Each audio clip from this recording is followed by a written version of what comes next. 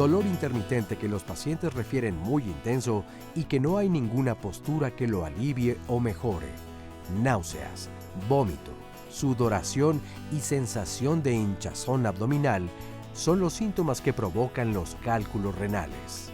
La litiasis renal o urinaria, también conocida como cálculo renal, es causada generalmente por un desequilibrio de minerales y agua en los riñones y el tracto urinario. Los cálculos renales pequeños pueden pasar desapercibidos, pero grandes piedras en el riñón pueden generar un dolor extremo al grado que la persona requiera ser hospitalizada.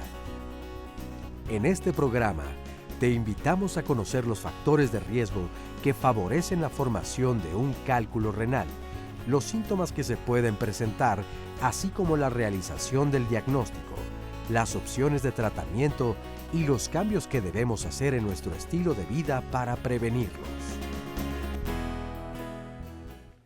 ¿Cómo están? Bienvenidos a Diálogos en Confianza. Estamos totalmente en vivo, muy contentos de enlazarnos con ustedes el día de hoy. Y tenemos este tema interesante de cálculos renales o litiasis renal. Vamos a platicar qué es esto. Es un tema muy amplio, a quien ustedes seguramente conocerán a alguien que ha padecido esto. Y tenemos mucha información. Óscar está listo para recibir todas sus dudas y preguntas, porque ahora no tenemos público, ¿verdad, Óscar? No, efectivamente. ¿Cómo estás, Pepe? Muy bien, buenos días. Me da mucho gusto saludarte. No tenemos público y es desde luego por la situación que estamos viviendo en el país y en el mundo entero, además de que tenemos esta sana distancia entre nuestra y nuestros especialistas, porque son las medidas recomendables, además de las que ya conocemos, como es lavarnos las manos constantemente, que esa tendría que ser una práctica normal, pero la verdad o la realidad es que sí, yo creo que gran parte de la población no lo hace, y no lo hace de una forma, o no lo hacemos de una forma correcta. Exacto. Además. Yo creo que de todas las medidas de lavado de manos es probablemente el más importante, utilizar gel antibacterial 70% alcohol. Entonces eso es bien importante. Sí, por supuesto. Además de, bueno, si vamos a estornudar o a toser, así, pues así con el ángulo interno del codo y no hacia abajo, sino hacia adentro, ¿no? Porque también hay personas que dicen, bueno, ya me puse así, pero es achú y todo sale por acá.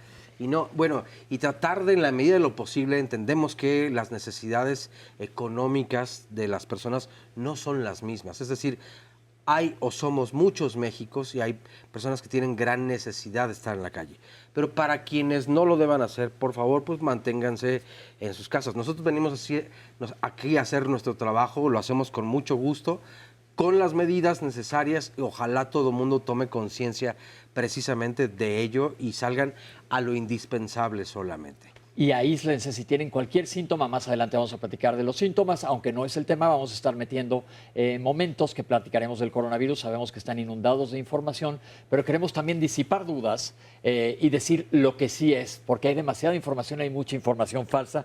Y es bien importante, recuerden, limpiar y desinfectar todas las superficies con las que estén continuamente en interacción. No solo eso, tratar de no tocarnos la cara, porque nos tocamos la cara todo el tiempo, inconscientemente nos estamos tocando la cara. Hay que hacer esto algo consciente y obviamente no saludarnos, mantengamos nuestra sana distancia. Efectivamente, y precisamente para mantener o continuar manteniendo esta sana distancia, pues no tenemos público, pero lo que sí tenemos son las redes sociales y ahí sí podemos estar juntas y juntos, no importa, virtualmente ahí sí se puede. Entonces pueden enviarnos allí sus preguntas, sus comentarios, desde luego de lo que acabas de mencionar, Pepe, pero además del tema que estamos mencionando o tratando el día de hoy, que son los cálculos renales. Recuerden, estamos en Twitter, estamos en Facebook, ahí pueden encontrar el Facebook Live, también estamos en Instagram, tenemos una línea telefónica también, el número para comunicarse es el 55 51 66 40 00. En internet la dirección www.canal11.mx/diálogos. Bueno, y saludo con mucho gusto pues a todas las personas que nos pueden ver a través de la señal internacional del 11. Desde luego, y nuevamente la bienvenida a nuestra y nuestros especialistas. Que ahorita se los voy a presentar, pero vamos a recuperar el tiempo perdido. Vamos a ver esta cápsula de anatomía y fisiología de nuestro sistema urinario. Aquí la tienen. Bueno, la anatomía y función o fisiología del aparato genitourinario. La anatomía va encabezada principalmente a dividirlo en un aparato urinario superior y un aparato urinario inferior. El superior es la parte funcional prácticamente, en la cual consta de los riñones y una porción del conducto que lleva la orina de los riñones hacia la vejiga. Los riñones de alguna manera son una parte funcional que se encargan de filtrar la sangre, de destoxificar, por así decirlo, la sangre, quitar todas las toxinas o las sustancias y el agua excesiva del cuerpo, filtrarla y convertirla en orina. A su vez, esta la lleva por un conducto. Una vez que se filtra esa sangre y se convierte en orina, la filtra y la lleva por un conducto denominado uretero, que se divide en un tercio superior, medio e inferior, y esto a su vez llega hacia la vejiga para después posteriormente ser expulsado. Esta situación o esta fisiología está dada o va en función a que el paciente normalmente esté filtrando adecuadamente su riñón o ambos riñones. Normalmente los riñones tienen una filtración hora-minuto, entonces también a veces algunas patologías o algunas alteraciones se ven alteradas en esta cuestión. Una vez que ya llega la orina a la vejiga es un reservorio de almacenamiento que puede almacenar entre 400 hasta 450 mililitros un aproximado. Cuando en el sexo masculino se contrae la vejiga, al igual que y se abre el esfínter, pues solamente se expulsa la orina. En el sexo femenino, pues igual, la misma temática, un esfínter y una contracción de la vejiga para la expulsión de la orina. Por otro lado, la vejiga también tiene la capacidad de que puede almacenar por un reservorio pues importante si el paciente no está en las condiciones en ese momento de poder miccionar. Obviamente la irrigación y la inervación de cada uno de estos elementos pues tiene en específico, pero casi todos están inervados o están dados por la inervación que proviene de los haces de fibras que provienen de la columna, ¿no? De alguna manera. Les presento a los invitados que nos acompañan el día de hoy. En primer lugar, la doctora Lucía Hernández Amezcua. Gracias por estar aquí con nosotros. Gracias. La doctora es maestra en ciencias y nutrióloga clínica especializada. El doctor Alejandro Rojas Montaño, bienvenido. Gracias. Nefrólogo e internista, coordinador de educación continua de la Sociedad Mexicana de Trasplantes, maestro en salud pública y administración en salud. Y la bienvenida al doctor Jesús Emanuel Rosas Nava. Gracias. Muchas gracias. Urólogo y coordinador de la sección de laparoscopía urológica del Hospital General de México de la Secretaría de Salud, miembro del Centro de Cirugía Robótica del Hospital Ángeles del Pedregal. Doctores, ¿qué tan frecuente es este padecimiento en el mundo y en nuestro entorno? Bueno, pues la litiasis renal es realmente un padecimiento muy frecuente. Hay muchas estadísticas, pero una con la que quisiera, o creo que es bueno quedarnos, es que 10% de la población puede tener, tiene o tendrá un lito renal, un cálculo renal o una piedra en los riñones. De tal forma que en una población de millones de personas, el que 10% la tengan es realmente frecuente y es un motivo de consulta muy frecuente. Vamos a homogeneizar datos. Cálculo, piedra o lito es exactamente lo mismo y se llama litiasis renal o litiasis uroureteral, dependiendo de urológica, vamos a pensar. Litiasis urinaria quiere decir alguna piedra en las vías urinarias. Doctores, ¿existen factores de riesgo para presentar esto? Porque ya vemos que es muy frecuente, pero ¿hay factores de riesgo que nos predispongan a presentarlas? Sí, realmente uno de los primeros factores de riesgo es que es mucho más frecuente en los hombres. Entonces es un factor que no nos vamos a poder eliminar. Simplemente en el hombre se presenta 2 a 3 veces más que en las mujeres. Esa es la primera. La segunda, evidentemente, se sabe que es una patología, una enfermedad que se puede presentar en cualquier parte del mundo, pero sí se ha visto que hay cierta relación en sitios donde hay más, digamos que la temperatura es más elevada, en donde hay más calor, en los trópicos, en las playas, en lugares muy áridos, es mucho más frecuente la presencia de litiasis urinaria, que ese es el término correcto, ¿no?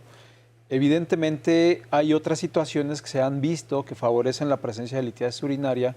¿Por qué? Porque realmente esta es una enfermedad desde el punto de vista metabólico, ¿sí? Como ya lo comentaban en la cápsula, hay un sinnúmero de situaciones que pueden favorecer la presencia de eliminar algunas sustancias o no eliminar algunas otras. Entonces, la obesidad es otro factor que es muy importante considerar y sobre todo en nuestra población, en la cual, bueno, pues tenemos una tasa de obesidad muy elevada, ¿no? Está también el área de trabajo. Cuando hablamos del trópico, pensamos en climas cálidos, pero también hay áreas laborales que favorecen que que alguien esté expuesto a más calor, por ejemplo, las fábricas de vidrio, por ejemplo, las planchadurías, por ejemplo, las cocinas, muchas veces te exponen a más calor, provoca deshidratación y ahí es donde entra otro factor de riesgo que es la alimentación. Vamos a platicar más adelante para hablar de esto porque es un punto bien importante, ¿no? Y en cuanto a edades, ¿a partir de qué edad? Un par de cosas antes de pasar a la edad. Algo fundamental también es que hay algunas enfermedades de litiasis urinaria que se pueden predisponer por la presencia de infecciones de vías urinarias repetitivas, que es otro factor de riesgo. Y uno más, el tener algún tipo de enfermedad metabólica desde nacimiento. Es decir, sí va a haber algunas litiasis que se pueden desarrollar desde el punto de vista congénito. Ok, vamos a hacer un corte ahorita, pero vamos a regresar. Ya nos dijeron cuáles son los factores de riesgo y sobre todo que es algo súper común. Estamos viendo que es un 10% de la población, como dijo el doctor, ya tuvo, va a tener o está teniendo durante este momento una litiasis urinaria. Y vamos a regresar a ver más de la epidemiología, de la demografía de esta enfermedad y cómo se presenta, cuáles son los síntomas. Les quiero decir que yo ya fui uno de esos que ya pasé por ahí y era bastante más joven de lo que soy ahora. Entonces es bien importante que sepamos que es una enfermedad a la que estamos expuestos todos. Yo me acuerdo cuando era estudiante una frase que decía el libro de medicina interna. Es un dolor exquisito, decía. Vamos a regresar a platicar más de litiasis urinarias. No se vayan, hacemos este breve corte. Estamos de vuelta en Diálogos en Confianza. Rápidamente, si nos dicen las edades más frecuentes. Sí, es más frecuente entre la tercera y la quinta década de la vida. Es decir, entre los 30 y 50 años más o menos, que evidentemente es la edad de mayor productividad en las personas. Es la edad más frecuente. Tenemos una cápsula porque hay diferentes tipos de cálculos y hay que ver de qué están hechos. Vamos a ver esta cápsula y regresamos con usted. Los tipos de cálculos renales van en relación a su composición. Los más comunes son los que están formados por calcio y de esa vez se derivan de oxalato de calcio y fosfato de calcio. No menos comunes, pero también que sí están producidos y que a veces no se suelen ver en algunos elementos diagnósticos comunes, como son las radiografías, son los de ácido úrico. Y también no menos importantes, pero tampoco no tan comunes, son los de estruvita, magnesio, cistina, que son otros también y que a veces de xantina inclusive pueden estar formados. En realidad hay una gran variedad de acuerdo a la composición, pero en general son los más comunes. Nos ayuda mucho la composición para saber nosotros principalmente la dureza y la frecuencia con que a lo mejor el paciente va a tener esos cálculos. Un paciente que a lo mejor hace constantemente cálculos, pues puede ser también de acuerdo a su alimentación. Recordemos que para que se pueda formar una piedra, primero se tiene que formar su matriz, su porción interna, y de ahí se van agregando solutos de acuerdo a su capacidad de adherirse. Entonces, de alguna manera, nosotros nos ayuda mucho. No es lo mismo tener uno de oxalato de calcio que uno de ácido úrico, porque también tiene que ver la dureza de la piedra. Inclusive, hasta ciertos procedimientos los tenemos que usar de manera exclusiva para poder fragmentar piedras, porque hay piedras que a veces no se pueden fragmentar con un aparato común y corriente, aunque ya comúnmente hoy ya hay una función con láser, ya es difícil que haya una resistencia para la fragmentación de ellas, pero cuando no se tienen a lo mejor estos recursos, sí nos ayuda mucho eso, y eso va en relación a los estudios que pidamos, y va en relación a lo que se llaman unidades Hounsfield, y esa nos dice qué tan dura o qué tan áspera o puede ser la piedra. Ahora también, de acuerdo a la composición, también nos podemos más que nada orientar a cómo o en dónde van a estar formadas esas piedras o en dónde se formaron originalmente. Entonces, sí nos ayuda mucho, de acuerdo a la composición. Nos ayuda también para saber si ese paciente en un futuro va a ser mayores piedras. Nosotros, cuando tenemos la piedra y es un paciente que está usando constantemente o está realizando o formando constantemente piedras, mandamos a hacer un estudio específico que se llama cristalografía. Y la cristalografía nos da más o menos una descripción general de qué composición tiene esa piedra que quitamos en ese paciente, para que después mandemos a ese paciente a hacerse un perfil y que obviamente se le dé el tratamiento adecuado, ¿sí? Las medidas también adecuadas para evitar que pueda volver a formar piedras, o al menos no de manera consecutiva. Entonces, definitivamente la composición sí es algo que nos ayuda mucho. En Canal 11 nos importa muchísimo, además del tema del que estamos hablando el día de hoy, informar sobre el coronavirus, que es algo que está pasando, y tenemos, va a enlazarse con nosotros el doctor Arturo Galindo. ¿Ya está al aire? ¿Me escucha, doctor? Yo los escucho muy bien, gracias. Hola, doctor. Soy José Bandera de Canal 11. Sé que está en nutrición ocupadísimo. El doctor es internista, es infectólogo y está en el área de epidemiología del Instituto Nacional de Ciencias Médicas y Nutrición. Gracias por tomarnos la llamada, doctor. Sé que están ocupadísimos, pero queremos informar bien a la gente que nos está escuchando. ¿Cómo está? Muy bien, muchas gracias y felicidades por la iniciativa. Me parece que es muy importante. Doctor, vamos a enfocarnos en esta breve llamada en que nos diga el rango de síntomas de coronavirus, porque hay mucho pánico y lo que buscamos aquí es aplacar el pánico y que la gente esté consciente, responsable, pero sin terror. Claro, el coronavirus que está circulando o va a estar circulando ahorita, el nuevo coronavirus que se llama SARS coronavirus 2, da los mismos síntomas que los coronavirus convencionales, que principalmente son molestias a nivel respiratorio.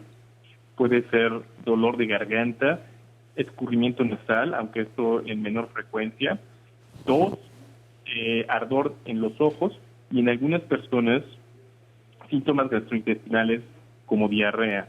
En particular, la enfermedad que ahora se está presentando en diferentes países, que se llama COVID-19, se caracteriza porque predominan los síntomas más graves de las infecciones por los coronavirus, como pueden ser la falta de aire, y una tos intensa, dolor de cabeza y una fiebre alta. Perfecto. Esto es generalmente cuando se presentan las formas más delicadas, porque la gran mayoría de nosotros que lleguemos a infectarnos por este virus tendremos los primeros síntomas que mencioné, si es que llegáramos a tener síntomas, y cursaremos con una enfermedad leve y que se limita sola. Que yo creo que esto es bien importante que lo mencione, doctor, porque la gente cree que el que nos dé coronavirus estamos en un riesgo terrible. La morbilidad, es decir, que se complique esta enfermedad, es poco frecuente, pero aunque tú tengas la enfermedad muy leve, puedes aún transmitir el virus a alguien que sí le puede ir muy mal. Eso es correcto y por eso es que todos debemos de cuidarnos y seguir las medidas de precaución para evitar la transmisión. Como bien dices, aun cuando nosotros cursemos con una enfermedad leve, hay algunas personas que por sus condiciones de salud o por algunas características propias pueden llegar a tener con mayor frecuencia la enfermedad complicada, y una forma de protegerlos es también protegiéndonos nosotros para evitar lo que se llaman las cadenas de contagio y que sean menos las personas que contraigan el coronavirus. Perfecto, doctor. Yo una pregunta más antes de dejar de hablar de síntomas. Se ha hablado de disgeusia y disosmia. La gente que me está viendo no va a saber qué es esto. Quiere decir que no te sabe bien los alimentos o que pierdes el sentido del gusto o que tienes alterado el sentido del olfato. ¿Qué tan frecuentes son estos síntomas? Esto es algo de descripción muy reciente, ahora que ha habido más casos y que llama bastante la atención. Pasa con otras enfermedades respiratorias como puede ser influenza, pero lo característico ahora en coronavirus que se está observando es que es mucho más marcado, sobre todo esta alteración en el sentido del olfato, muy marcada, prácticamente completa durante la parte más intensa de la infección. Posteriormente se recupera, y una cuestión que llama la atención es que generalmente esto sucede más en personas jóvenes que en personas ya adultas mayores, y parece que sí es algo muy característico que está haciendo coronavirus.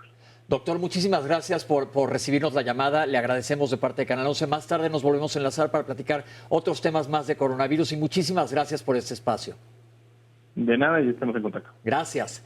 Bueno, nosotros regresamos aquí a Foro a seguir hablando de nuestro tema del día de hoy, que es la litiasis urinaria. Doctores, vimos la cápsula de los diferentes tipos de piedras, o delitos o de cálculos. ¿Por qué es importante esto saber? Bueno, diferentes enfermedades o diferentes condiciones o factores de riesgo pueden llevar a que tengamos una piedra, ¿no? La realidad es que normalmente no es una sola causa. La generación de cálculos en un ser humano tiende a ser el resultado de múltiples factores que actúan para que formemos esa piedra, salvo en enfermedades muy específicas, pero en más del 80% hay varias cosas que se juntaron negativamente para que alguien desarrolle una piedra o un cálculo. Y el 80% de los cálculos renales son de calcio, diferentes tipos de minerales que se juntan con el calcio para producir una piedra. ¿Por qué es importante saber de qué está hecha un cálculo o una piedra? Porque generalmente podemos inferir que si una piedra está formada por calcio, habrá que tratar a ese paciente orientado a lo que lo formó. Si una piedra es de ácido úrico, habrá que buscar que el ácido úrico no esté muy alto y tratar el ácido úrico. ¿Qué porcentaje de personas llegan a saber de qué fue su cálculo? Es raro, no hay estudios exactos porque curiosamente no siempre se da la búsqueda y ese puede ser un error frecuente, es decir, alguien tiene una piedra en los riñones, se extrae o alguien arroja una piedra de manera espontánea y por ahí hay un estudio en la literatura donde nos dice de todas las personas que arrojaron una piedra de forma recurrente, menos del 30% fue sometido a una búsqueda cuando ahí sí tenía que hacerse. Habrá casos en donde, ya platicaremos más adelante, puede ser que esta persona no amerite más búsqueda de la causa, pero en muchos de ellos, yo diría que en la gran mayoría, sí debemos hacer un estudio que puede ser limitado o muy profundo para encontrar la causa. Me lleva a mi siguiente pregunta. De todas las personas que presentemos algún lito en nuestra vida, ¿cuántos podremos volverlo a repetir? Porque esto es bien importante, o unos somos aislados y nunca se volvió a presentar. Pues el riesgo también puede ser diverso dependiendo de dónde lo busquemos, pero a 5 años, una persona que arrojó una piedra tiene un riesgo de 50% de presentar una segunda en los siguientes 5 años. Esta pregunta la hago plan con maña un poco. ¿Por qué? Porque hay personas que ameritan mayor estudio que los que son casos casuales, por así decirlo. Sí, de hecho, habitualmente cuando, como ya comentaba el doctor, si es un paciente que tiene la presencia de una sola ocasión o un solo episodio de litiasis urinaria, no amerita como tal una investigación a fondo el por qué produjo eso. Porque realmente, digo, a lo mejor la doctora nos puede apoyar un poquito en ese sentido, pero la mayoría de los pacientes, incrementando su ingesta de líquidos y disminuyendo la cantidad de sal en la dieta, puede ser más que suficiente. Y entonces esa tasa de recurrencia disminuye muchísimo. Sí es cierto, alrededor del año el 10% va a recurrir, alrededor de los 3 años como el 20-30% y a los 5 años alrededor de la mitad de los pacientes que tuvo un episodio de litiasis urinaria va a volver a presentar otra vez litiasis. Y en esos pacientes que tienen un segundo episodio es donde hay que hacer un estudio metabólico importante en sangre, en orina, diferentes sustancias para buscar de manera intencionada cuál es la causa de la recurrencia de la litiasis y dar un tratamiento dirigido para ello. Perfecto, esto es bien importante. Yo me recuerdo un caso familiar, mi tía Carmen, que quiero muchísimo, que presentaba litiasis recurrente y le iba como en feria y siempre decíamos es porque no toma agua. Años después, me estoy refiriendo a más de 15 años después, encontramos que tiene un adenoma en la paratiroides, que más tarde hablaremos de esto. Doctora. Sí, gracias. Bueno, aquí es importante porque es muy común que de repente hay una expulsión espontánea, entonces sufren, da el dolor clásico que es súper fuerte, se expulsa, ya no tienen molestias y como que ya se acabó el tema. Entonces, en cuestión de la alimentación, hay estrategias que se tienen que hacer para prevenir, tiene que ver con la sal, que tiene que ver con la ingesta de líquidos. Sin embargo, cuando ya hay un lito, o sea, ya debe de ser obligatorio tomar esas medidas para prevenir la reincidencia. Es decir, todo mundo que tenga alguna vez en su vida una piedra tiene que estar súper hidratado. Bueno, 1, 2, 3 por ellos y por todos nuestros compañeros. Todo mundo tenemos que estar súper hidratados, que no lo hacemos. Punto número 1. Y la sal, que la sal ya le hemos tirado bastante aquí en el programa por diferentes temas. ¿Qué con la sal? Bueno, la recomendación es disminuir la sal, entonces lo vamos a hacer un poco más gráfico. Entonces, la recomendación es estar bien hidratados. Este vaso nos va a representar el bien hidratado. Entonces, si nosotros consumimos, vamos a poner, para que quede muy, muy claro y muy gráfico, si nosotros consumimos una cantidad de sal decente, o recomendada, apegada a la recomendación, vamos a ver, y la sal se diluye, ¿de acuerdo? Vamos a tomar otro ejemplo donde tenemos poca ingesta de agua, pero además tenemos mucha ingesta de sal. Cuando yo hablo de sal, no la quiero tirar porque dicen que es de mala suerte. Que no necesitamos ahora. Cuando yo hablo de sal o cuando me refiero a sal, no solamente me refiero a sal de mesa, que también esa es otra cosa que hay que platicar. Pero si se dan cuenta, porque tenemos sal y consumimos sal a partir de otros alimentos, pero si se dan cuenta, el agua se satura. No sé dónde lo puedo enseñar. Se satura. Ahí lo están viendo perfecto. Ahí, sí. Se satura y se empieza a sedimentar. Se empieza a sedimentar y entonces se hacen conglomerados y se empiezan a formar piedras. O sea, ese es el ejemplo muy, muy básico, pero además si se fijan no se alcanza a diluir completamente. Entonces, este es el ejemplo más visual, más gráfico del por qué la importancia de la sal, por qué la importancia del agua. Hay diferentes tipos de sal. Principalmente tenemos 3 tipos de sal que nosotros consumimos en el mercado. Está la sal refinada de mesa, que como característica importante, el 95-98% es cloruro de sodio. Tenemos la sal de mar, que es la sal granulada, y tenemos la sal del Himalaya. Bueno, ¿qué pasa con la sal de mar? ¿Es buena recomendación? Sí es buena recomendación, porque además de tener cloro, además de tener sodio, tiene minerales. Sin embargo, el cómo se procesa es ahí el detalle. La sal de mar, lo que se hace es se evapora el agua y literal se evapora el agua y lo que queda. Sin embargo, el tema que tenemos con la sal de mar es que el mar que tenemos, el agua que tenemos ahorita, no necesariamente es la más limpia. Por el contrario, está más contaminada, ¿no?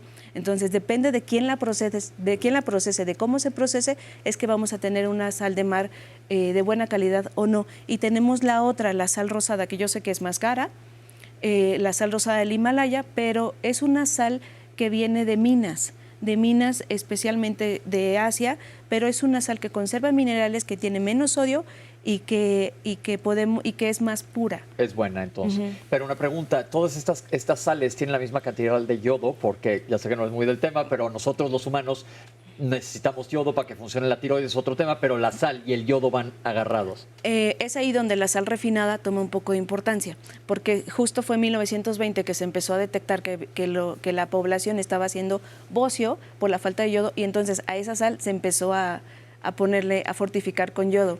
Ajá. Ok, entonces la sal de mar y sal del Himalaya no tienen yodo. Sí tienen yodo, okay, pero la sal refinada está más fortificada. Okay. ¿Cuál es mi recomendación? Usar mayormente sal de mar o sal del Himalaya.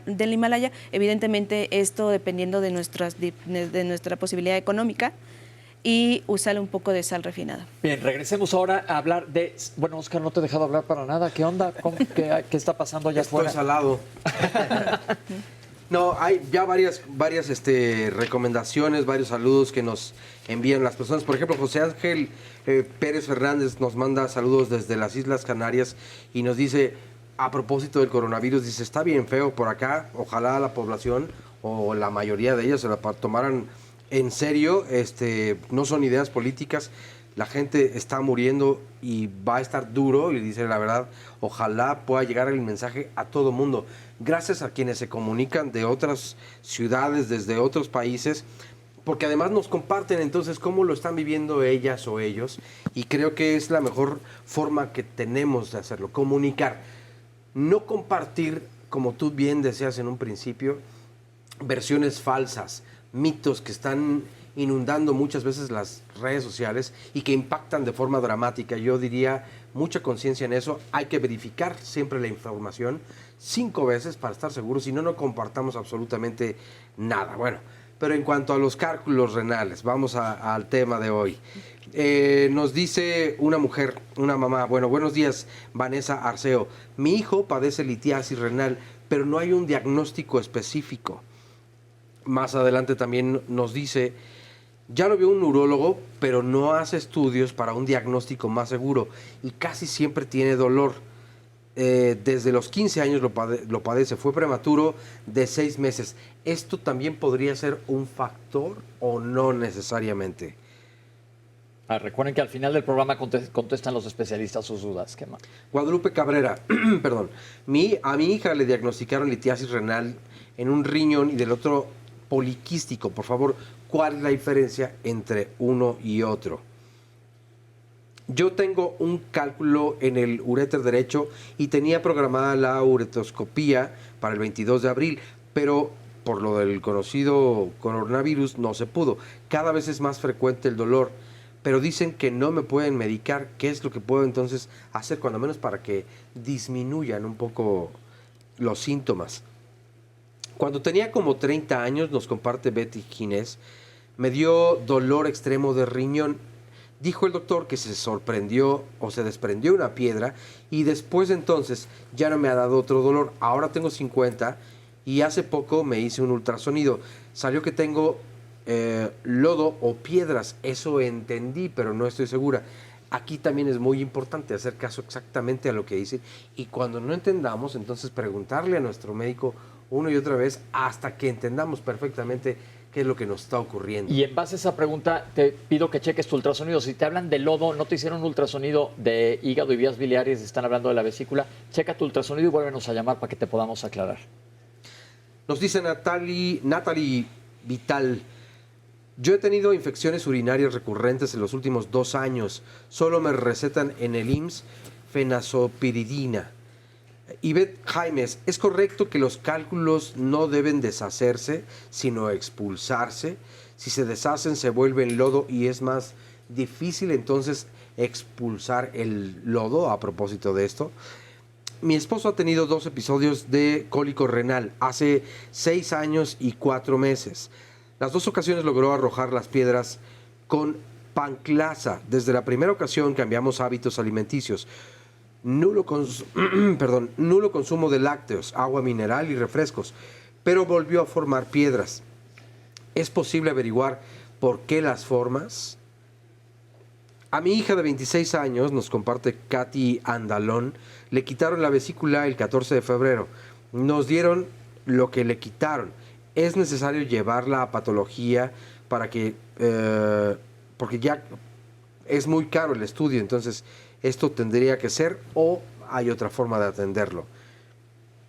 Cuando tiene uno infecciones recurrentes en el riñón, ¿puede ser una causa o consecuencia de las piedras solitos? Una pregunta, por favor. Los cálculos, depende qué tomas con tus 2 litros de agua diario. Me refiero a que se da esto y que no hay ingesta de agua o muy poca agua la que se consume. Y a propósito del agua, ¿es verdad que toda la población debemos consumir 2 litros de agua aproximadamente? ¿O tiene que ver con que si soy mujer, si soy hombre, la edad que tengo, el peso que tengo, en fin, la condición física? Ok, el consumo básico de agua se determina por diferentes fórmulas. Una fórmula que es muy práctica y muy fácil para todos es lo que pesas por 35. Por ejemplo, un paciente o una persona que pesa 60 kilos, más o menos por 35 debe de estar consumiendo 2 litros 100. 200. Entonces, una fórmula fácil y rápida para todos es lo que pesas por 35. Esto es como la ingesta basal, quiero decir, la ingesta mínima. Si a eso agregamos que hace calor, que hace ejercicio, que trabaja en una zona con mucho calor, en la primavera y todo esto. ¿El resultado es en mililitros? En mililitros. Ok, lo que sea, el resultado evidentemente es en mililitros, sí. En mililitros. En este caso saldría 2100. Ok, que son 2 litros 100. Okay. La verdad es que yo en la consulta me enfrento a que la mayoría de la gente no toma agua y muchas veces también hay otro factor agregado aquí, que por el trabajo no pueden estar yendo al baño. Entonces eso a veces limita. ¿Qué es hacer conciencia de que de verdad debo de tomar agua y buscar estrategias? Eso nos toca a nosotros como nutriólogos y por supuesto con el paciente, de buscar estrategias, pero debemos de cumplir al menos esa cantidad de agua. Importante, ¿cómo identifico yo que estoy tomando? O sea, a lo mejor no puedo estar midiendo. Yo siempre les sugiero hay que tener un termo o algo para que realmente uno ubique cuánto está tomando de agua. Porque a veces traes la botella de agua de 1 litro en la mañana y en la noche llegas con la botella de 1 litro, ¿no? Entonces, una forma también de saber si estoy tomando muy bien la cantidad suficiente de agua es ver la orina. La orina debe de ser clara, transparente. Recordemos el primer vaso. Debe de ser clara, transparente. Si vamos al baño y tenemos una orina que es muy concentrada, que es muy amarilla, definitivamente no estamos consumiendo el agua correspondiente. El tener sed es el primer síntoma de estar deshidratado, y esto nos puede llevar a mareo, dolor de cabeza, confusión, inclusive hay que tomar agua. Bien importante, ahora vamos a ver esta cápsula que tiene que ver con el diagnóstico de la litiasis urinaria. El diagnóstico va en relación, nos podemos dar un diagnóstico clínico y nos podemos ayudar en diferentes estudios de gabinete que nos dan o nos soportan el diagnóstico que tenemos de manera presuntiva. Es muy clásico el tipo de dolor, casi la mayor parte de los cálculos dan un cólico renoureteral que le llamamos. Y lo característico es, como lo mencionan los pacientes, es de la nada. O sea, de manera incipiente puede estar haciendo el paciente sus actividades que comúnmente está haciendo y de la nada es un dolor intenso que va aumentando paulatinamente, que empieza en la fosa renal en la parte de atrás y que se irradia hacia la parte de adelante y a veces hacia la región de los genitales. y que se acompaña de la sensación de náusea y de vómito. En muchas de las ocasiones a veces ese vómito no tiene que ser de contenido alimenticio, sino solamente la sensación de ese vómito. De ese momento podemos intuir que ese paciente puede estar cursando con algún cólico, que a lo mejor está descendiendo alguna piedra que se formó en el riñón y que obviamente está incursionando por el conducto, sí, que viene de los riñones, como lo mencioné, que es el uretero, y que en algún momento de esa situación lo tapa completamente y la orina ya no puede pasar. Y el organismo, en el afán de expulsar esa orina, se contrae y se relaja ese conducto, se contrae y se relaja. Y eso es lo que desencadena a veces los cólicos y el dolor tan intenso. Es cuando nosotros, como urólogos, acuden con un servicio de urgencias la mayor parte de las veces, iniciamos un protocolo de estudio para saber si en realidad es lo que estamos buscando. Normalmente siempre se inicia con un examen general de orina. Un urocultivo se toma, pero no se tiene en el momento el resultado, tarda 72 horas. Y lo siguiente a hacer es un ultrasonido. El ultrasonido o una placa simple de abdomen nos pueden dar un diagnóstico presuntivo. Como en la placa de abdomen simplemente vamos a ver que hay una calcificación posiblemente ahí. Pero no es el de elección para darnos totalmente el diagnóstico. El ultrasonido de alguna manera nos va a decir que está dilatado el uréter o que está tapado. Entonces, cuando está tapado el camino, el único camino por donde sale esos cuartitos, se empieza a dilatar por la misma orina que dilata. Eso se ve reflejado en el ultrasonido como que el riñón está dilatado. Algo lo está obstruyendo. ¿Qué es? No sabemos, pero sabemos que algo lo está obstruyendo. En ese momento se recurre a hacerse una tomografía abdominopélvica. Puede ser una tomografía simple o una tomografía contrastada, mejor conocida como la Urotac, que nos da a conocer si esa obstrucción del riñón está dada por una piedra o por otra situación. Entonces es como nos damos cuenta si la piedra está en el trayecto, ya sea dentro del riñón, que esté obstruyendo algún grupo de cálices o de cuartitos en especial, si es en la pelvis renal donde sale el conducto que viene al riñón, o en el trayecto del conducto hacia la vejiga, que se llama uréter. La misma tomografía, nos puede dar a conocer la dureza de esa piedra, las dimensiones, la localización, y es ahí donde nosotros decidimos en base a eso qué tipo de tratamiento vamos a hacer. Es muy importante el diagnóstico porque eso nos va a determinar qué tipo de tratamiento terapéutica, quirúrgica se puede realizar. Información importante la que acabamos de escuchar y ver. Recuerden que lo tenemos también en las redes sociales, en Instagram estará todo el material para que lo puedan compartir. Más llamadas y comentarios. Tuti buscan Pel. A mi mamá la tuvieron que cortar o amputar una parte pequeña del riñón derecho hace muchos años atrás. Ahora esa cicatriz por punto de cáncer en aquel momento, hoy le da mucho dolor al bajar la piedra por más pequeña que sea. Ya he ido 3 veces a la sala de emergencias por este síntoma. Les agradeceré mucho su opinión en cuanto a esta situación. Lleva muchos años con esta condición. Hoy está aguantando mucho dolor. El medicamento no le hace aparentemente nada ni le quita el dolor. Entonces nos gustaría saber qué es lo que podemos hacer o con quién acudir. Lael Chocolatita, yo tengo un riñón, el otro me lo quitaron, pero el único que tengo produce piedras de ácido úrico. ¿Qué puedo hacer? Porque también tengo tratamiento para ácido úrico. Hace 6 años, nos comparte Gaby Palato, padezco litiasis, mis litos son de calcio, ya me han realizado 4 cirugías y me siguen generando piedras. En diciembre del 2018 me operaron de un lito del tamaño del riñón. Esto puede seguir aumentando.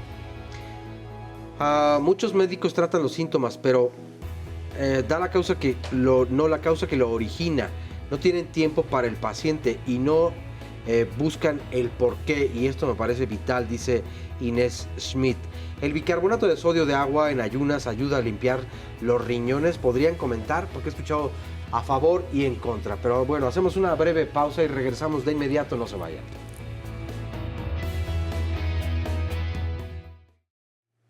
Estamos de vuelta con el doctor Galindo, que nos está dando su tiempo desde el Instituto Nacional de Ciencias Médicas y Nutrición. Me voy directo a preguntas. Doctor, no queremos saturar las unidades médicas porque sabemos que aunque poca gente se complica, a la hora de duplicar esto, multiplicar por números gigantescos, no queremos llenarles el hospital de gente que no amerite ir al hospital. ¿Cuáles son las recomendaciones para las personas que tienen síntomas que no tengan dificultad respiratoria? ¿Qué deben de hacer? En ese caso, y que no tengan factores de riesgo, estos que sean personas jóvenes, menores de 60 años, y sin enfermedades que puedan debilitar su sistema inmune, como diabetes o el uso de algunos medicamentos, pueden permanecer en casa controlando los síntomas con los antigripales convencionales, paracetamol si es que hay dolor de articulaciones, dolor muscular o dolor de cabeza. Perfecto. Con eso pueden correr su enfermedad en domicilio. Una pregunta, si estos que están en domicilio presentan dificultad para respirar, que sientan que se están ahogando, ¿deben de primero llamar al teléfono de la Secretaría de Salud o lanzarse al hospital? Vamos a tratar de hacer esto más claro y más fácil. Sí, hay ciertas condiciones en las cuales sí es muy claro que deben de acudir a un servicio de urgencias, y quizá el punto más importante sea este que menciona. Si hay dificultad para respirar, es necesario que sea evaluado en un servicio de urgencias. Ahí yo no recomendaría esperar a comunicarme al teléfono, sino que hay que ir al servicio de urgencias, independientemente de edad o de otras enfermedades. Doctor, ha habido mucha controversia sobre fármacos. Nosotros normalmente aquí en Canal 11 nunca damos recomendaciones de tratamientos, pero usted me tomó la libertad que mencionó el paracetamol o acetaminofén para controlar los síntomas de fiebre y dolor, porque se ha dicho y se ha desmentido, y en algunos otros lugares dicen que es verdad, que otros antiinflamatorios no esteroideos no deben de utilizarse.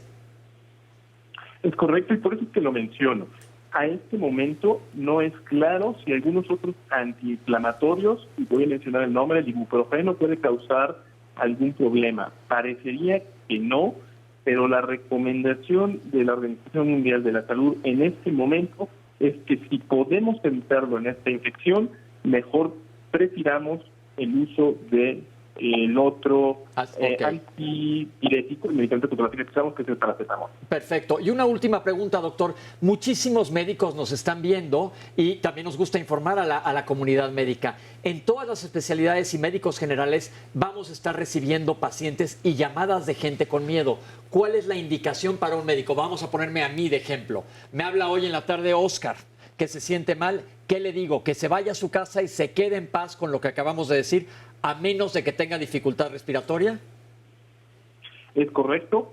Y si hay alguna inquietud porque hay algún otro síntoma o se considera que es necesario evaluarlo y valorar si requiere la prueba, hay una lista de centros de salud por lo menos aquí en lo que es Ciudad de México, de Secretaría de Ciudad de México, que van a estar enfocados a la evaluación de pacientes con COVID-19 y que ahí decidirán si es que no es una situación grave, si requieren tratamiento o estudio adicional, si requieren referencia a alguno de los hospitales de mayor especialización o pueden continuar llevando su enfermedad al municipio. Doctor, muchísimas gracias. La mayoría, creo que no, de nada. Dígame. La mayoría, como tú bien dices, los médicos generales pueden o podemos darles las indicaciones a los pacientes, y solo en caso de que haya algún dato de alarma, pues entonces que acudan a alguno de los servicios de salud. Ok, y nada más reiteramos, la gran mayoría de las personas no van a presentar este dato, entonces no se asusten, es la gran mayoría, pero tenemos responsabilidad de cuidarnos a nosotros mismos y cuidar a todo nuestro alrededor. Doctor, nos enlazamos más tarde, mil gracias. A ustedes.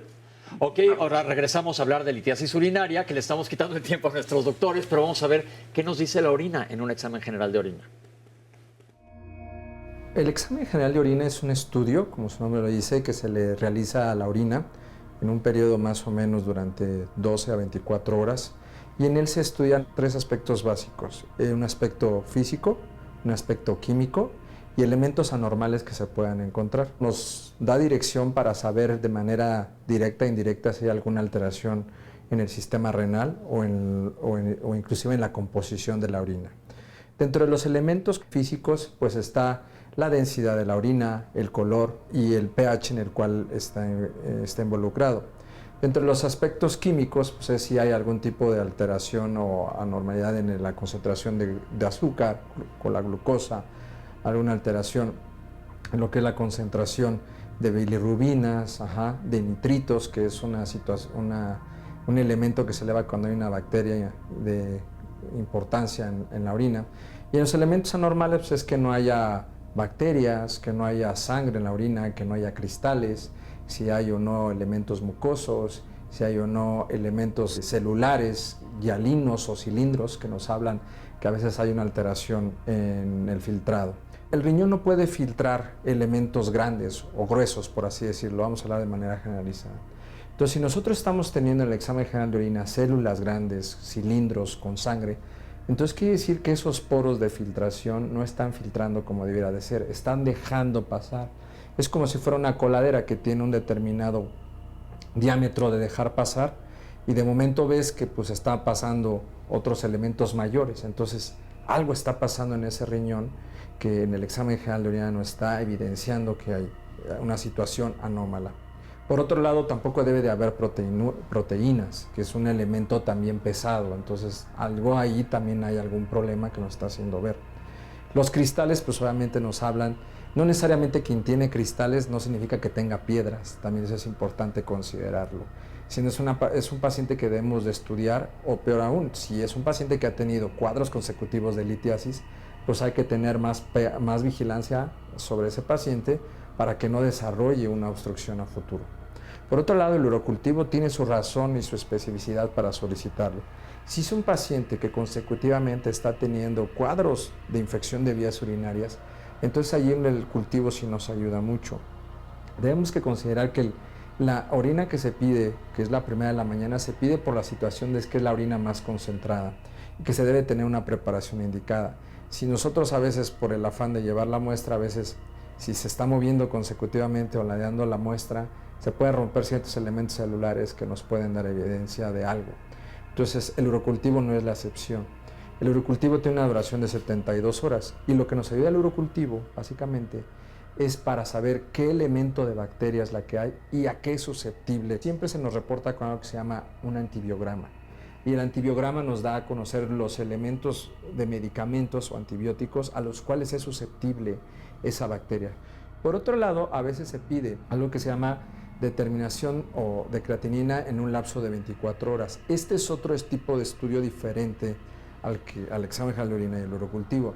Este estudio comúnmente lo piden algunos colegas nefrólogos o internistas o que están en estudio de ver cómo está la filtración del riñón. Hay que derivar estos 4 elementos, ¿sí?, para saber qué es lo que nos sirve. Por eso siempre se recomienda pues, acudir con el médico para que él solicite o examine estos estudios, ¿no?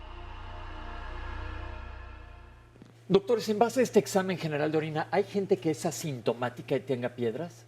Sí, el espectro de síntomas en la litiasis renal es muy amplia, desde personas que pueden tener un lito, no saber que lo tienen y que se hacen estudios por otra causa y se descubre de forma incidental, hasta personas que tienen cuadros de dolor agudo que los lleva a urgencias. Pero podemos tener pequeñas pistas en diferentes estudios que nos indican que alguien tiene una piedra renal. Uno, como mencionaba en la cápsula, un estudio barato, fácil de llevar a cabo, es el examen general de orina, donde la presencia de hematuria, dígase sangre microscópica, no necesariamente vamos a ver orina de color roja, pero sí a nivel microscópico podemos encontrar sangre, es un dato importante para hacernos pensar que puede haber litiasis. Yo creo que esto es muy importante porque hay gente que forma litos continuamente y probablemente no tengan muchos síntomas, pero si se quedan los litos ahí y pensemos en la tubería del baño, si yo echo una bola de papel de baño al excusado que no sea degradable por el excusado y se tapa, pues se va a empezar para atrás el agua. ¿Qué pasa si pasa esto a nivel de las vías urinarias? ¿Qué pasa si bloquea el flujo de orina? Pues es justo lo que comentaban en la cápsula, ¿no? Justo como lo dices, la vía urinaria es como una tubería.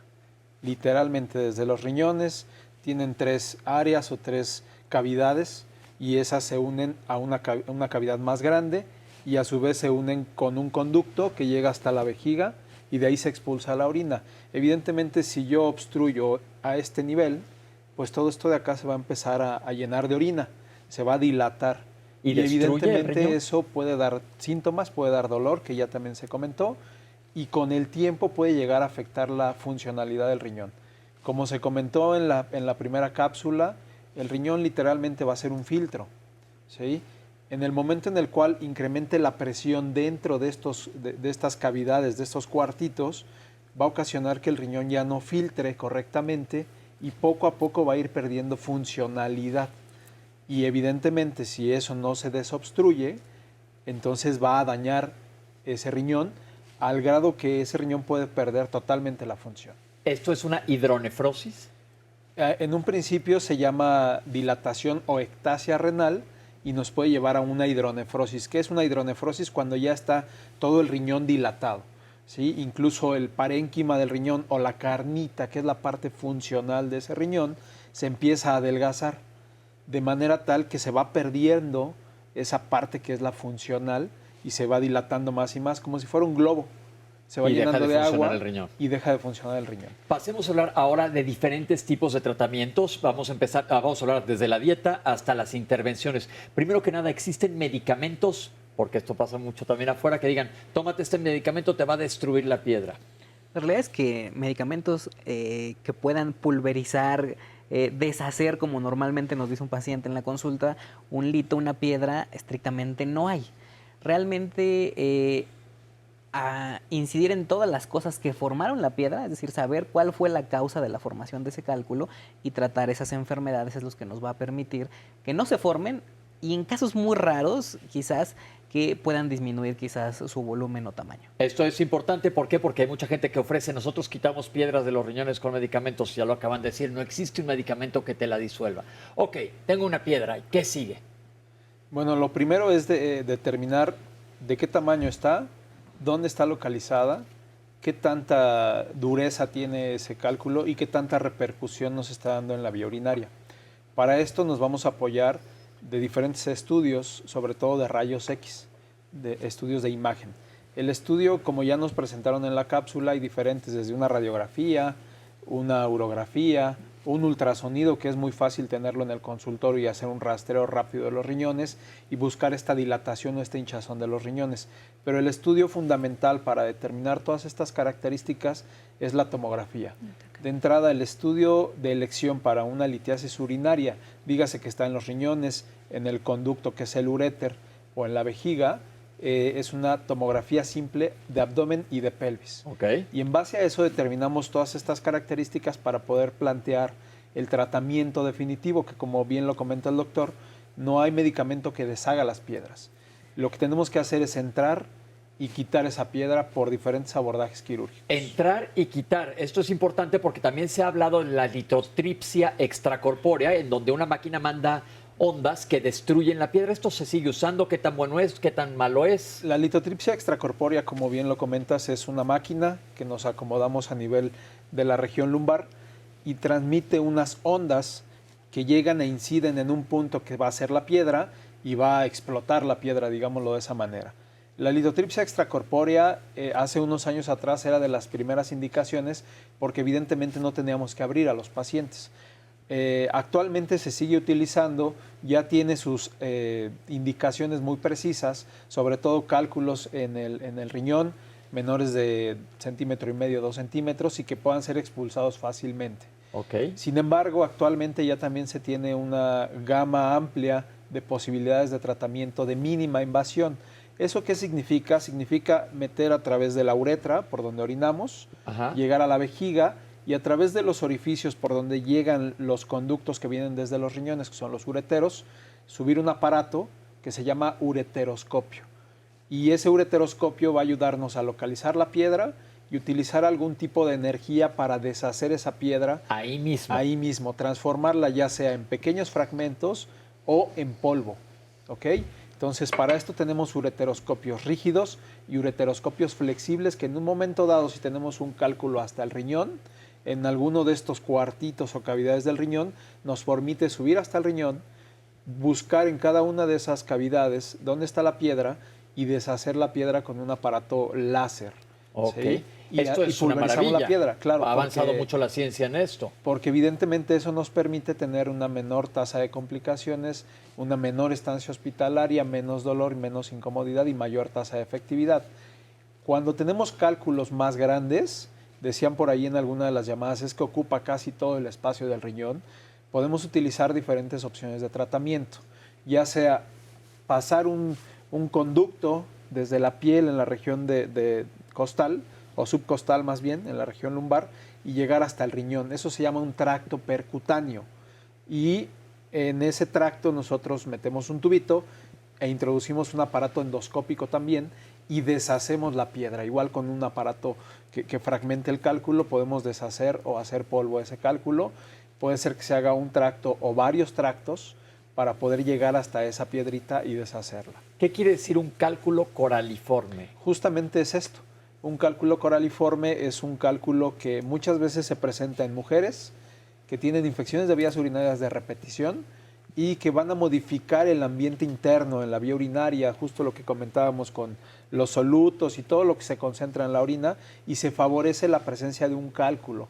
Ojo, este tipo de cálculos es difícil que nos dé un cuadro clásico de dolor intenso, como se comentaba hace rato, sino más bien va a ser incomodidades y síntomas urinarios de una infección urinaria, de manera repetitiva. ¿Por qué? Porque estos cálculos coraliformes adoptan la forma de los cuartitos o cavidades que están dentro del riñón. ¿Qué quiere decir esto? Hagan de cuenta que a un guante le inyectáramos cemento y se haga duro adentro del guante, y entonces sería como si el interior del guante fuera el interior del riñón y esta forma del cemento quedara como la forma del guante. Estos son los cálculos coraliformes de los que estoy hablando. Vamos con Oscar, que nos tiene muchas llamadas. Liliana Flores nos dice: a mi madre en sus últimos 5 años de vida le detectaron quistes en los riñones, nunca le pudieron controlar la cistitis. A mí desde los 50 años me detectaron riñones poliquísticos. ¿Qué son los quistes en los riñones? ¿Por qué se forman y qué tratamientos existen? Y felicidades al programa. Gracias, Lilia. Nos dice también en esta otra llamada Salvador Arellano: hace una semana me quitaron una piedra del riñón y me dejaron un catéter doble J. Me dijeron que en una semana me lo quitarían, pero por el COVID-19 no me pudieron agendar cita. ¿Cuánto tiempo puede estar el catéter en mi organismo? ¿Qué es lo que debo hacer a continuación? En esta otra llamada nos pregunta... se está tardando un poquito esta. Bueno, vamos mientras a darle lectura a esta otra. Laura López: ¿es cierto que todos tenemos esas piedras y mientras no cambien de lugar no provocan dolor y podemos vivir con ellas sin problema alguno? Ernesto Reyes: toda mi vida he orinado mucho. En las noches me llego a parar hasta 5 veces. Por lo regular mi orina es clara, aunque tomo mucho refresco. ¿A qué se debe esto? ¿Podría ser o tratarse de un factor genético? Fanny Cherry Reyes: ¿por qué a consecuencia de las piedras se hace una estenosis en el uréter y ahora tengo un riñón hipofuncionante? Que por cierto me gustaría saber qué es hipofuncionante. Muchas gracias. Isidro Gómez: los refrescos producen cálculos renales, ¿existen medicamentos que evitan que se formen dichos cálculos? Ana Berta León: me recomienda comer gelatina y plátano todos los días, además de un licuado con leche, avena, amaranto, y todo esto para poder evitar los cálculos. ¿Es cierto o se trata de un mito? Santiago Alvarado: nosotros en Markelia Guerrero somos productores de coco. En ocasiones tomamos más agua de coco que el agua normal, simple. Sin embargo, algunas personas me han encargado agua de coco y mencionan que el agua de coco les ha ayudado a desechar las piedras que tienen. Me gustaría preguntarles, ¿en verdad ayuda a arrojar las piedras renales? ¿El agua de coco es benéfica para los riñones? Felipe Arturo Mondragón Serna: hace un año me operaron de la próstata y a los 3 de que me operaron me detectaron una piedra en los riñones. ¿Por qué estos cálculos aparecieron después de mi operación de próstata y no antes? ¿Por qué se pudieron formar entonces dichos litos? María Méndez: en el 2019 tuve una infección urinaria muy fuerte. Llevo 2 meses y medio con antibiótico y la infección no se me ha quitado. El doctor me dice que una piedra obstruyó la salida de la orina y un riñón ya no está funcionando. ¿Puede tener entonces recuperación mi riñón o ya es crónico? Armando Alvarado: yo hago orina con espuma. ¿A qué se debe esto? ¿Es normal y qué tan frecuente en la población? ¿Y cómo se puede quitar o a quién acudir? René Barbosa: ¿es riesgoso tomar todos los días bicarbonato de sodio? Yo lo tomo como una medida de 1/4 de cucharada cafetera y lo disuelvo en agua. Eso es lo que tomo desde hace como 5 años por las mañanas y quería saber si tengo riesgo de generar piedras en el riñón. Okay. Y Jacinto Rivas, nada más esta última. He escuchado que tomar agua tibia con limón y bicarbonato de sodio es muy bueno, pero quiero saber hasta dónde puede afectar para formar los cálculos renales. Todavía hay muchas más preguntas, pero bueno, ahí le paramos momentáneamente. Pero aquí ya platicamos un poquito del tratamiento y tenemos esta cápsula para ilustrarlo. Vamos a ver la cápsula. El tratamiento va a ir dirigido primero a un tratamiento médico o un tratamiento quirúrgico y va a ir en relación a la sintomatología del paciente. Si es un paciente que llega a un servicio de urgencias con un dolor intenso, acompañado de náusea importante, fiebre y que no cede con analgésico en el antiinflamatorio y ya determinamos que es un cálculo y que mide de una medida más de 3 a 5 milímetros, pues es obvio que a lo mejor vamos a tener que requerir un procedimiento quirúrgico. Si es un paciente que llega al servicio de urgencias, quizá el dolor ya se calmó, la fiebre ha cedido un poco, se le dio tratamiento con antiinflamatorios, antibiótico y el paciente se siente mejor, quizá podemos optar, y la medida de la piedra con el estudio de tomografía es menor a 3 a 5 milímetros, quizá pudiéramos optar en pensar en un tratamiento médico, siempre y cuando que el paciente esté sobreentrenado, que en cualquier momento puede darle ese dolor y que tiene que regresar al servicio de urgencias y entonces sí someterse a un procedimiento quirúrgico. Ya enfocándonos a los tratamientos quirúrgicos, va a ir en relación, 1, a las dimensiones de la piedra, 2, la localización y 3, el elemento de dureza que tenga tal vez la piedra con la tomografía. Hay veces que la piedra puede ser expulsada desde el riñón, bajar por el conducto del uréter y ya baja la vejiga, el dolor se calma y dice, ya la expulso. Pero resulta que para sacarla por el conducto de la uretra, en el caso de los hombres, que es una uretra un poco, el conducto es más externo y que tiene que pasar por toda la uretra, trayecto de la uretra, ahí es donde se atora.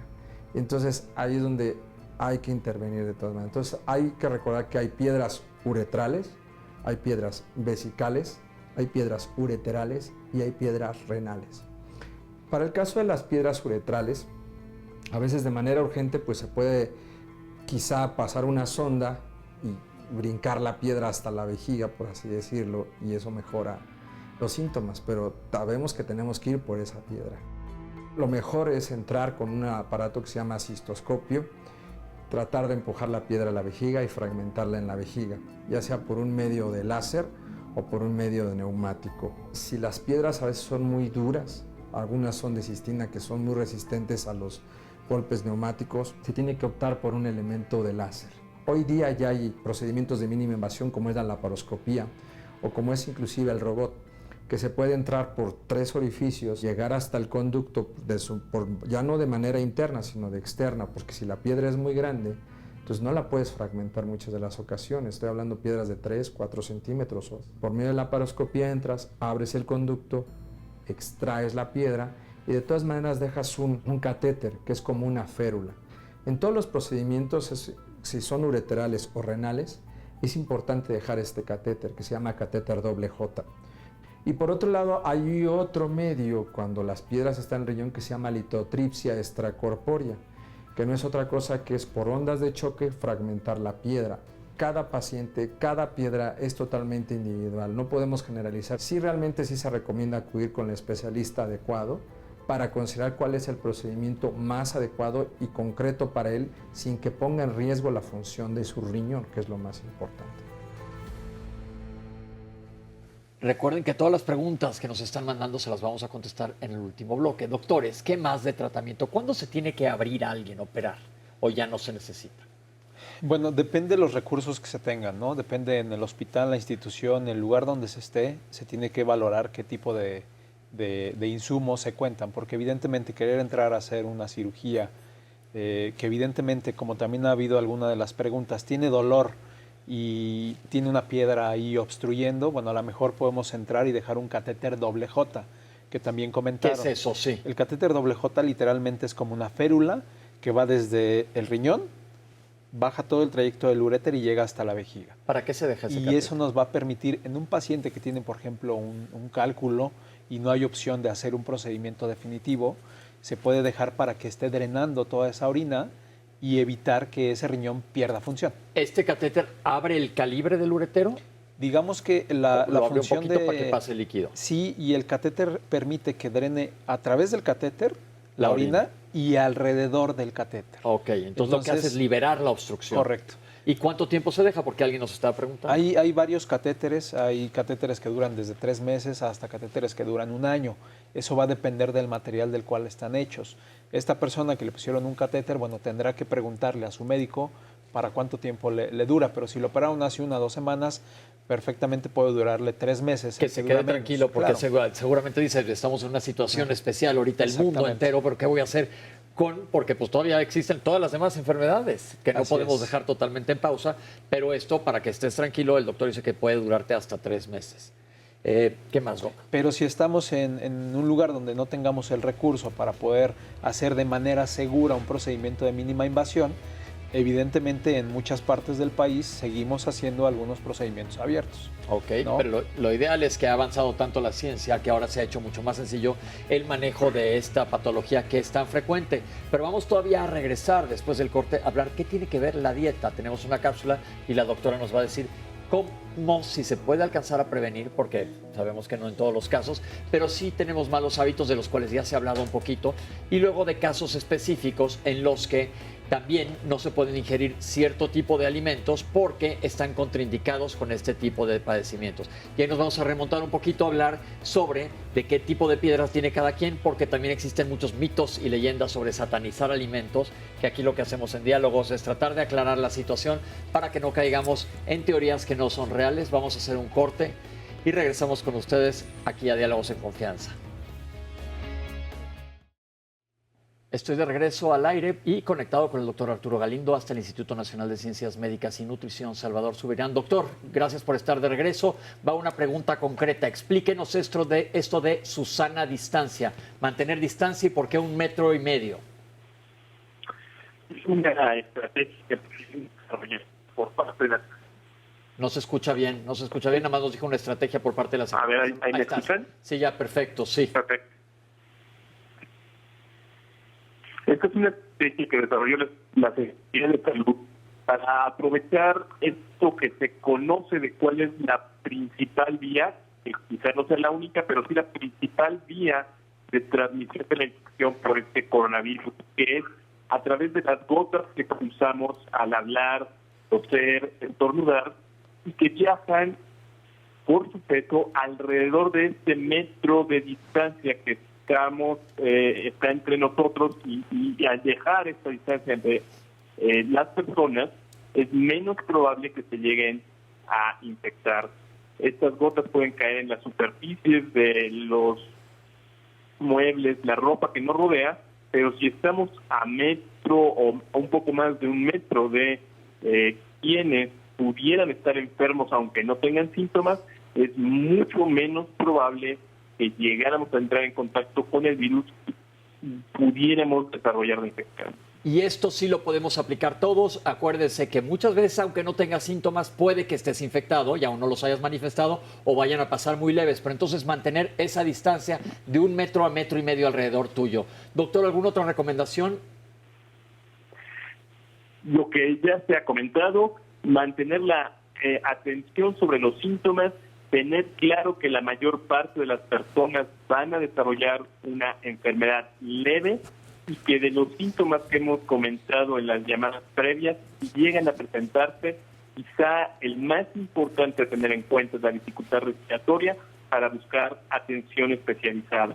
En condiciones diferentes en las cuales haya síntomas que son más fuertes de los que uno pueda llevar en casa, considerar ir al primer nivel de atención para que nos orienten a si es necesario hacer un estudio adicional o si se requiere atención especializada. Doctor, perfecto. Oscar Viroes tiene una pregunta. Así es, doctor, ¿cómo le va? Muy buenos días. Tengo un par de preguntas rápidas. Una de las recomendaciones más importantes es que las áreas o los objetos con los que tenemos comúnmente contacto estén desinfectados o les demos esta limpieza. Pero, por ejemplo, hablábamos de los distintos Méxicos que hay. Hay muchas personas que tienen la necesidad de transportarse y no cuentan con otro medio más que los transportes públicos. ¿Se puede dar el caso de que en los tubos donde las puertas o las áreas de estos transportes públicos uno pudiera también contraer entonces el coronavirus. Se recomienda utilizar, por ejemplo, guantes para estar con menos contacto con estos objetos o estas partes. Esa sería la primera pregunta. Es una pregunta interesante y sí, no sé si han visto que hay todo un sistema, por ejemplo, en el metro de Ciudad de México para descontaminar los vagones. Esto no asegura que no puedan llegarse a contaminar en el uso del día a día y por ello es que es muy importante la higiene o lavado de manos. Llámese higiene cuando usamos alcohol en gel o el lavado de manos con agua y jabón. Es algo que tenemos que estar repitiendo. Es muy práctico que se traigan envases pequeños para estarlo haciendo durante el transcurso del día cuando se entra en contacto con estos objetos que llamamos de alto toque. Personalmente no recomendaría el uso de guantes porque es difícil descontaminarlos y ahí es más probable que se pueda uno contaminar llevándolos a la cara o al retirarlos. Creo que insistiría en la importancia de la higiene y el lavado de manos como la mejor forma de prevención. Y la segunda y última pregunta es, algunas personas entonces aparentemente no tienen el virus por los síntomas, porque está sintomático, pero entonces, ¿qué tal si yo vivo con el virus y otra persona sí manifiesta los síntomas y entonces podemos reinfectarnos? ¿Hay un riesgo entonces de que esto pudiera tener incluso una nueva mutación y entonces que se vuelva algo que se pierda más el control? No, seguramente habrán oído y hay el reporte de algunos casos de personas allá en Asia que tuvieron los síntomas de enfermedad, se recuperaron y posteriormente los volvieron a tener. Están estudiándose, la verdad es que lo que parece es que es una condición especial en estas personas que tuvieron una recaída y hasta el momento la mayor parte de las personas que se recuperan parecería que desarrollan una inmunidad que les protege para una infección posterior, por lo menos, y es muy probable en los siguientes años que esté circulando este virus hasta que tenga un cambio mayor, pero esto pueden pasar décadas antes de que se presente. Perfecto, doctor. Muchísimas gracias por enlazarse con nosotros y aquí estamos en Canal 11 para informarles con la verdad de lo que está sucediendo. No caigan en noticias falsas, no caigan en pánico. Escuchemos a los expertos. Mil gracias, doc. Muchas gracias a ustedes. Bye, bye. Nosotros seguimos con el resumen y luego vemos una cápsula sobre la dieta y los litos urinarios. 10% de la población puede tener, tiene o tendrá un lito renal, un cálculo renal o una piedra en los riñones. En una población de millones de personas, el que 10% la tengan es realmente frecuente y es un motivo de consulta muy frecuente. En el hombre se presenta 2 a 3 veces más que en las mujeres, en donde hay más calor, en los trópicos, en las playas, en lugares muy áridos, es mucho más frecuente la presencia de litiasis urinaria. Esta es una enfermedad desde el punto de vista metabólico. La obesidad es otro factor que es muy importante considerar. Es más frecuente entre la tercera y la quinta década de la vida, es decir, entre los 30 y 50 años más o menos. Normalmente no es una sola causa. La generación de cálculos en un ser humano tiende a ser el resultado de múltiples factores que actúan para que formemos esa piedra. El 80% de los cálculos renales son de calcio, diferentes tipos de minerales que se juntan con el calcio para producir una piedra. A 5 años, una persona que arrojó una piedra tiene un riesgo de 50% de presentar una segunda en los siguientes 5 años. Pero la mayoría de los pacientes, incrementando su ingesta de líquidos y disminuyendo la cantidad de sal en la dieta, puede ser más que suficiente. La recomendación es estar bien hidratados. Este vaso nos va a representar el bien hidratado. Si nosotros consumimos una cantidad de sal decente o recomendada, apegada a la recomendación, vamos a ver, y la sal se diluye. Poca ingesta de agua, pero además tenemos mucha ingesta de sal. El agua se satura. No sé dónde lo puedo enseñar. Ahí lo están viendo perfecto. Ahí sí. Se satura y se empieza a sedimentar. El consumo básico de agua se determina por diferentes fórmulas. Una fórmula que es muy práctica y muy fácil para todos es lo que pesas por 35. Una persona que pesa 60 kilos, más o menos por 35, debe de estar consumiendo 2 litros 100. El factor dietético para formación de piedras es un factor no totalmente directo. Hay factores en los cuales sí son más directos para formar piedras. Hoy en día pensamos que aquellos pacientes que toman lácteos, derivados de lácteos como son yogur, quesos y demás, son personas que van a ser piedras y no necesariamente. Para que un factor dietético externo de lácteos o derivados de lácteos forme piedras es porque también el paciente debe ser susceptible a esas situaciones. Por ejemplo, hay enfermedades secundarias, por ejemplo, de la paratiroides, ¿sí?, que sí pueden considerarse que son un factor para que si tomas elementos o dieta derivadas de lácteos puedas llegar a formar piedras. Pero una persona que, por ejemplo, hizo una piedra pequeña de 3, 5 milímetros, 8, y que tenga que suspender su dieta de lácteos porque teme que vuelva a formar, no es como que tal la regla. Más bien aquí lo que tenemos de que considerar son la hidratación. La hidratación sí es un factor que puede conllevar a que a lo mejor se forme mayor cantidad de piedras. Y otra de las cosas, hay que considerar que nosotros de manera genética, de manera innata o congénita, tenemos elementos que son antiagregantes de formadores de piedras, por así decirlo. Hay unas proteínas derivadas en el sistema renal que ayudan a que no se adhieran estos elementos y formen piedras. Por otro lado, hay una sustancia en la orina que se denomina citrato, ¿sí?, que ese citrato también ayuda a que no haya formadores de piedras, a que no se adhieran esos solutos. Por otro lado, los elementos gaseosos o bebidas gaseosas tampoco no es un determinante, pero sí hacen que la orina se concentre más. Yo lo que siempre conllevo o trato a mis pacientes porque a veces es que, bueno, si toman una bebida gaseosa, pues también ingieran el doble o de cantidad de agua para hidratar o hacer más o dilucionar más estos jarabes que a veces se usan. Por otro lado, también está el mito de tomar, si se toman aguas con derivados de agua mineral, ¿también vas a formar piedras? No, tampoco, no es algo que conlleve eso. Aunque aquí hago un paréntesis bien importante. Aquellos pacientes que están en algunas zonas donde las aguas, sí, que son pacientes que toman agua de pozo, sí son más susceptibles porque esas aguas están más mineralizadas. Son aguas que tienen mayor cantidad de algún determinante o composición, que eso hace que sí formen piedras. Los factores geográficos sí es un factor para formar piedras. No obstante, los dietéticos sí lo dejaría yo en un paréntesis grande, porque no son la pauta precisamente. Hay hasta 6 causas, 7 formadoras de piedras, y de las penúltimas son las causas dietéticas.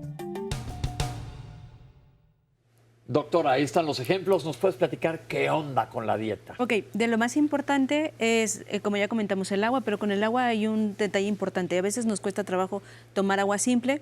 La recomendación es ponerle una rodajita de limón, unas gotitas de limón, una rodajita de naranja. Ojo que estoy diciendo una rodajita, no jugo de naranja, no jugo de mandarina, no. Solamente para que nos cueste menos trabajo tomarla. Y la otra importante que se comentó hace ratito es, cuando ya el hito está bajando y hay dolor, hay que suspender el agua, porque si no puede generar mayor problema. El agua como protección, como prevención y como tratamiento. La otra es la sal. Con la sal es importante comentar que no solamente es la sal de salero, sino la sal que está alrededor de todo lo que consumimos, principalmente en los productos industrializados, principalmente en el bicarbonato de sodio. ¿Tiene algún beneficio? No. La gente que está acostumbrada a tomarlo por la mañana, sin embargo, está, digamos, de alguna manera está quemando la sal que podría utilizar en los alimentos. Entonces, si es un aporte extra de la sal que deberíamos de consumir. Es decir, esta costumbre no sirve prácticamente de nada, sí, porque siempre la escuchamos, no sé quién la inventó, pero tiene mucho éxito y no sirve de nada. Sí, no. Los lácteos, doctora. Los lácteos.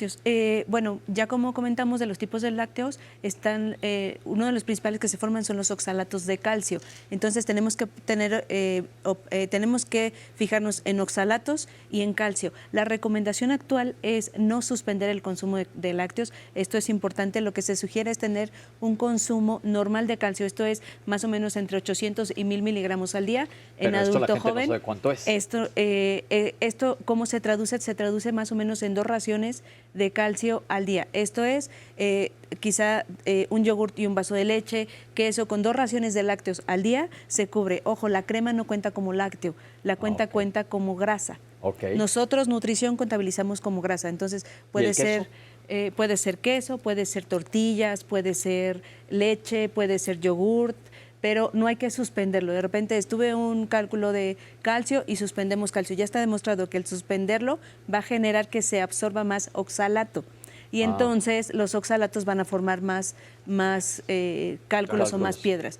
Ahora, ¿qué con los oxalatos? Con los oxalatos sí hay alimentos que conviene limitar, como por ejemplo los que son las estrellas del oxalato es la selga, la espinaca, el betabel, las nueces.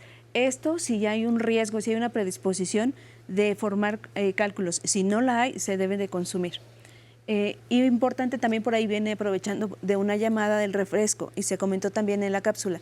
El refresco tiene dos temas, uno el bicarbonato de sodio y tiene el ácido fosfórico. Y el calcio. Y el ácido fosfórico lo que va a hacer es que se va a transformar en oxalato.